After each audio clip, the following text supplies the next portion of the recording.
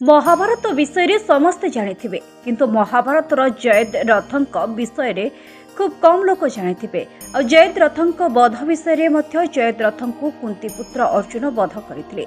और तांको वधर गोटिए रहस्य मध्य थिला जेउटा कि वासुदेव श्रीकृष्ण जानिथिले।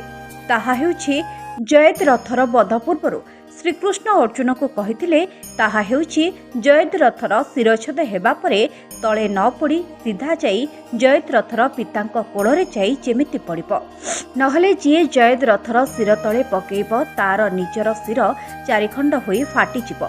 काहेकि ना से शिवंकठु वरदान पाइथिले।